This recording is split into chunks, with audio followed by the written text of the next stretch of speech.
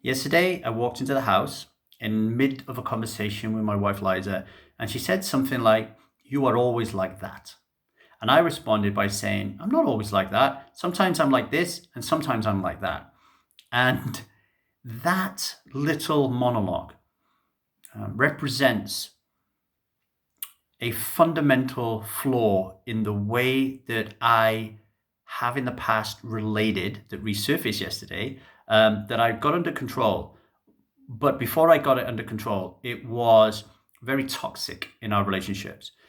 And if you are someone who is using alcohol to numb the cycle of despair, the cycle of relationship despair, where you're in love with somebody and you're trying your utmost to make it work, but you keep get drawn back into these conflict situations, and it's so tiring, so exhausting. You feel like inside you're dying, and the only escape is through alcohol. This is for you, okay?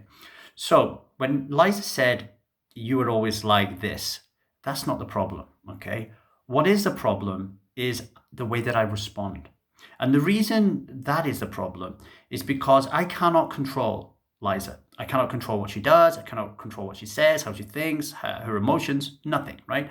So if I try to do that, I'm living my life from outside of myself. I'm needing Liza to behave in a certain way in order for me to feel like I have approval, security, and control. And I don't want to live that life. I want to live a life from inside out. So the only way I could do that is by taking 100% responsibility for the way that I respond.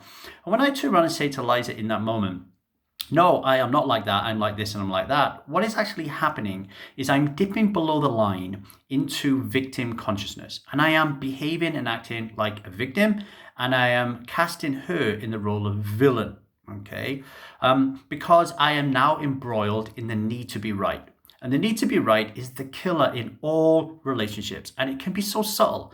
Like in this moment, this conversation that I had, I might easily try to blame Liza. Like, no, you said that I am like this. I just responded to you, right? But no, I have to take full responsibility and see that I'm coming at this from victim consciousness. I'm coming at this like, wow, I need to defend myself right now. I need to justify myself right now. And whenever you're in that energy, without a doubt, you are what I call parts activated. You're in a state of ego. Your inner child is activated and you're operating from below the line. And nothing good is going to come from that. So how do you get above the line into a state of consciousness? Well, in this case, I would use curiosity. So when Liza says, "You are always like that," I could respond and say, "Oh, wow, you think that I'm always like that? Tell me more."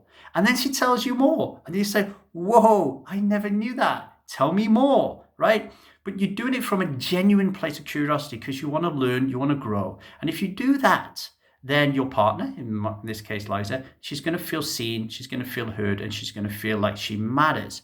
And that means she will trust me more. So in the future, when I screw up and I am getting a bit defensive and I am dipping below the line into victim consciousness, because she trusts me more, she has faith that I am trying my best, and every now and then I will slip into my old ways, but she trusts that I am working on it. And that trust is really important. So start today by asking yourself, am I taking 100% responsibility for the way that I respond in my relationships? Drop me a heart below if that sings to you. Strive on. Much love.